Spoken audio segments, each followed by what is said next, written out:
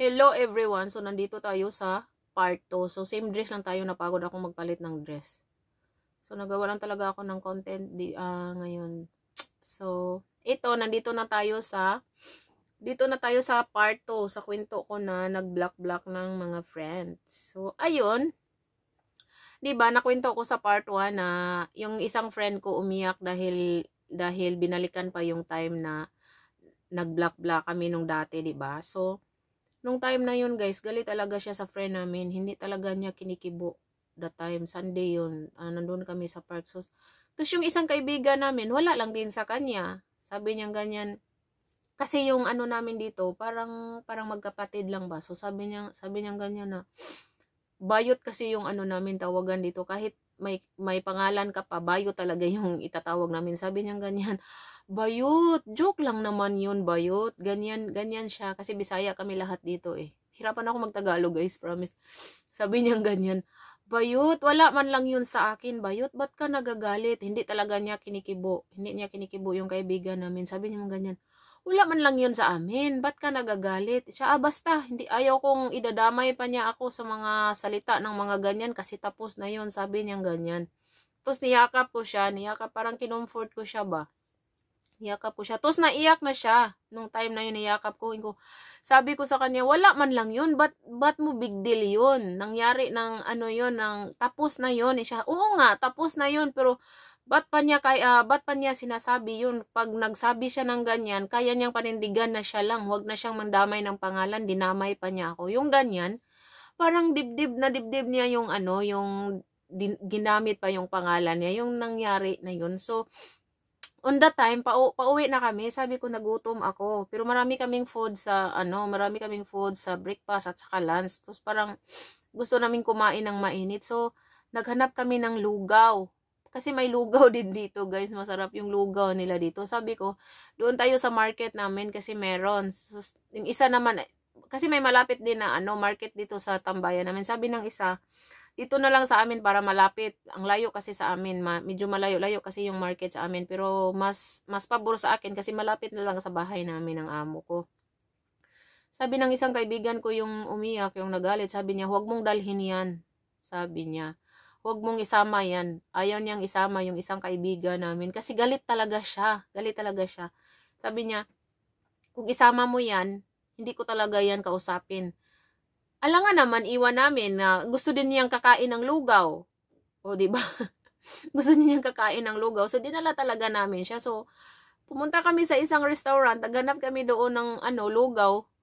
Wala pa ng lugaw yung naanuhan namin na Chinese restaurant. So, nag-order na lang kami ng na hindi lugaw. Order na lang kami doon. Tapos, ginanon-ganon pa niya yung kamay. Yut, sorry na yut. Hindi ko yan sinasadya, yut. Hindi ko alam na magalit ka. Tapos, alam nyo ba ang ginawa niya? Ginanon talaga niya yung kamay. Ginanon talaga. Grabe yung pride niya, guys. As in pride. Yun ang nangyari. Grabe, ginawa niya sa kaibigan namin. Tapos, nag-skip lang isa na, so, natapos talaga yung day off namin nung time na yun na hindi sila nagkibuan. So, umuwi na kami. Pero sabay sila yung palagi magsabay uuwi kasi mag-travel pa sila. So, ihatid namin sila sa bus station. So, nung umuwi kami, sabay kaming tatlo. Yung hindi nagkakibuan, ako at saka yung dalawa. Alam mo ba kung nangyari? Sumakay daw yung isa, hindi siya pinakailaman, hindi man lang daw sinabi na tayo na, sumakay lang siya ng bus. Huy, impacta, sakay na ako, walang ganyan, walang kibuan, hindi talaga siya kinikibo. Sumakay na lang din siya, kanya-kanya silang sakay, tapos kasi ang babaan din nila doon, mag-MTR sila, mag-train sila, isa lang din. Kanya-kanya na silang umalis, no? Nagtapos parang doon nagtapos yung pagkakaibigan nila. Hindi talaga sila nagkibuan. So, yung isang friend ko, nag-skip siya ng punta dito ng isang linggo kasi hindi siya pinalabas ng amo niya, nag-overtime siya. So, sa susunod na linggo, sabi ko, punta ka dito. Sabi niya ganyan, ayaw niyang pupunta. Kasi hindi nga sila naggibuan ng isang friend ko. Sabi ko, okay lang naman, marami naman tayo dito mag-usap. Kung hindi kanya kausapin, nandito lang ako. So, nandito naman din yung iba nating kaibigan siya. Sabi niya, wag lang daw siyang parinig-rinigan ng mga masasakit na salita kasi parang napuno na din siya. Sabi ko ng ganyan, ay hindi mangyari yun. Sabi ko ng ganyan, pinagtanggol ko talaga. Sabi ko, hindi mangyari yun. Nandun naman ako. Kasi matapang ako eh. Ganyan ako. So, kaya kong ipagtanggol yung ano. Kaya kong ipagtanggol pag nag-anuhan na naman sila. Pero, instinct ko lang pala yun guys, na kaya kong ipagtanggol. Dumating talaga sa point na nagsampalan sila doon. Grabe as in. So, ito yung nangyari. Sabi ko sa kanya, punta ka dito. Sabi niya, kung sinong nandyan. Pinakita ko yun sa, sa video. Nag-video call kami. Siya, dyan pala si, yung ganyan, yung galit na sa kanya. Sabi ko niya, okay lang naman. Sabi ko lang, pero nag-inom na. So, nag-videoke kami, nagkanta-kanta kami. Okay lang nung time na yun. Tapos, parang na out of place siya kasi malayo siya. Tinawag ko, punta ka dito. Tapos yung kaibigan naming isa, sinabi ko nga, pansinin mo naman yun si Bayot. Sabi ko nang ganyan. To sabi ng isa, ayoko nga. Ang taas kasi ng pride nyo guys. Promise, ang taas ng pride niya. Sabi ko ng ganyan nga, pansinin mo naman. Kasi yung video sa kanya yon. Sa kanya yon. To sabi ko ng ganyan. Tapos yung isa naming kaibigan, dalawas lang nagkanta. Sabi ko isang kaibigan, tawagin mo yan si Bayot para makasabay dito. Kasi gusto akong umuwi. Magpalit ako ng damis. Kasi grabe ang init nung the time guys. Grabing pawis ko dito, pati kilikili ko, pinawisan, tapos parang na-conscious na ako kasi ang basa-basa ng kilikili ko. Wala akong ibang dalang damit. Buti na lang hindi mabaho yung kilikili ko. Pero gusto kong umuwi the time kasi magpalit ako ng damit kasi malapit lang dito sa bahay namin. Sabi ko ng ganyan, nakaready na ako. Sabi ko nang punta ka dito, tinawag ko siya. Tapos yung isang kaibigan namin, denial pala niyan yung favorite music niya na palagi niyang kinakanta, denial niya ng kaibigan namin. Nakita ko na lang, nagtayo-tayo ako doon, nakita ko na lang, kumanta na siya. Nagkanta-kanta na siya. So, kanta na sila, ang saya-saya na. Ako nakaupo lang kasi may kausap din ako na ibang friend ko doon. Alam nyo ba guys, nagkagulo bigla. Nung siya nang kumanta, pinatay yung videoke. Pinatayan siya ng friend namin. Hindi niya nakausap pa kasi siya yun yung hindi nagkibuan ng nung time na yun. Nung kumanta siya sa kalagitnaan ng sarap ng kanta niyang birit-birit niyang ganyan, pinatay yung videoke. Nagalit siya, parang nabastos siya ba? Ginanon niya, sabi niya, ba't daw pinatay? Pero hindi niya sinabihan yung isa, yung kaibigan namin kasi alam niya na siya, sa kanya yun yung yung videoke. Sabi, ba't niya pinatay? Tapos, pinalitan niya ng ibang kanta. Hindi naman pala siya kakanta, ba't niya pinatay? So, parang ininis niya yung isa naming kaibigan. Sabi ko sa kaibigan namin ng isa, ba't yun pinatay niya? Sabi niya, binastos niya ako. Pero yung isa, nag-init na ang ulo. Nag-init na ang ulo niya kasi pinatayan siya ng kanta niya. Tapos pinalitan niya ng kanta na gusto ng isang kaibigan namin. Sabi niya, ikaw ang kakanta, ayaw kong kumanta siya. Sabi niya ganyan. Tapos narinig ng isang kaibigan namin. Ay, nagdabog na yung isang kaibigan namin, guys. Parang kakain na ng hilaw na aso. Yung isang kaibigan namin. So, ayun ang pinaka-worst na nangyari that time. So, pinuntahan ko siya. Sabi ko sa kanya, ba't mo pinatay? Respeto na lang. Kung ayaw mong pakantahin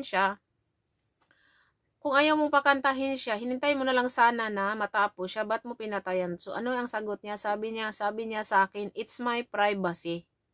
Doon talaga uminit yung ulo ko sa sinabi niya sa akin. Sabi ko sa kanya, what? It's your privacy. Paano mo nasabi na it's your privacy? Yung ibang kaibigan natin nakakanta, ako nakakanta, siya ang kumanta, hindi pwede. Siya hindi ko gustong kumanta, siya akin yan eh. Narinig ng isang kaibigan namin, sabi, magkano ba yan? Kung ayaw mong magpakanta dyan, sana nagbili na lang din kami para may kanta-kantahan kami. Hindi naman pwede doon guys na kami lang naman doon ang mga suwail sa park na yan. Palagi kaming pinupuntahan ng pulis dyan. Mga 4 na beses na ata. Kami ang palaging nag-iingay dyan. So, hininaan lang namin ang videoke kasi ang security dyan, parang may guitir na sa amin kasi ang ingay namin. So, ayun, nagkagulo. Parang hinablot na niya malapit yung buhok. Buti na lang, hindi niya nahawakan dito. Hinablot niya ng ganyan. Wala kang yung ganyan-ganyan. Bastos ka, binastos mo ako yung ganyan. Nagkainitan na talaga. So, inawat namin sila para hindi na sila magkasakitan. Tapos yung isa naming kaibigan umawat. Mali naman din yung pagkaawat niya kasi sinabi niya na nandun ako sa harapan guys, pero ang lalaki nila.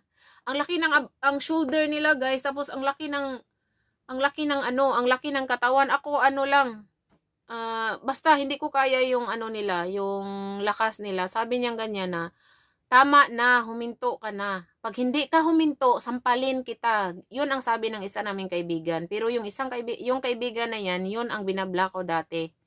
Yung may grudges na. Pero nung mga nakaraan, parang nagkaanuhan na sila, parang nagkakampihan din sila sa isa. Parang revenge yun, hindi yun parang awatin sila. Sabi niya, pag hindi ka huminto, sasampalin kita. Tapos yung isa galit na, pag sabi na sampalin kita, sinabi din niya na sampalin mo. Sabi niya nga, pagkasabi na sampalin mo, sinampal talaga niya, guys. Grabe as in. Tapos may naka-video nga, may video ako. Sinampal talaga niya yung ano, yung kaibigan ko. Grabe, narinig ko na lang yung ano, guys. Ang bilis ng kamay, narinig ko na lang talaga dito yung ano, tinig sa sampal. Pero nandun ako sa harap, guys, parang isang ano ko na lang ganyan, tapos nasampal na pala siya. Doon na talaga nagtitrigger, nagsigawan na, grabe na yung ano, sila na naman ang nag-aaway, yung umawat. Yung original na kaalitan ng friend ko, ng isa kong friend, kasi lumayo na sila inawat na sa iba. Hindi niya yun na ano, hindi sila nagkasampalan, yung umawat talaga yung ano. Nakasampal siya ng ganyan, pero hindi naman malakas, mas malakas yung umawat. So, hanggang ngayon, guys, hindi pa rin sila nagkabati. Kasi nagkasakita na sila. So, nilayo ko na lang siya sa ano, sa grupo namin. Hindi na kami pumunta doon. Lumayo na kami para hindi na sila magkaanuhan pa. Kasi hindi niya tanggap na nasampal siya. Sabi namin, kung okay lang magkabalikan sila, pero okay lang din sa kanya, pero sampalin daw niya yung isa. Bubilta muna siya para makabawi din siya kasi sinampal siya eh. So sabi ko, wag na, pag magsakitan lang kayo ulit, wag na. Magpolo sana kami, samahan ko sana siya, pero ayaw na niya ng gulo, wag na lang, si God na lang daw ang bahala. So ayun, guys, ang kwento, ang gulo-gulo ng kwento ko, pero yun ang gulo-gulo nila, nagsampalan sila. So, sa mga kaibigan dyan na may galit ka dati sa iyong kaibigan, kung gusto mong umawat sa iyong mga friend, huwag mo namang saktan. Wala kang karapatan manakit ng ibang tao, di ba? So, wala kang karapatan. So, kung marinig mo to, wala kang karapatan. So, sana okay lang yung ginawa mo, sa feeling mo okay lang. Tapos dami mo pang salita. Kung ako yung babanggain mo, may katapat ka talaga. Kaso lang, pinili mo lang yung binangga mo. Pinili lang niya yung binangga niya kasi yung kaya-kaya lang niya. So, may part 3 pa tayo dito, guys. So, lesson learned sa mga kaibigan na panggap na mabuting kaibigan. Sa akin, hindi kayo uubra sa akin. So, sa mga friend din yan na ano, siguraduhin nyo na true talaga yung mga friend ninyo. So, wala na tayong time. Dito tayo, hanap tayo sa part 3. Makinig kayo sa part 3 ko. Sa hindi pa pala, thank you for listening pala, guys. So, sa hindi pa pala nakasubscribe ng YouTube channel ko, please subscribe my YouTube channel and don't forget to hit the notification bell para palagi kayong updated sa mga videos ko. Thank you for watching. Bye-bye!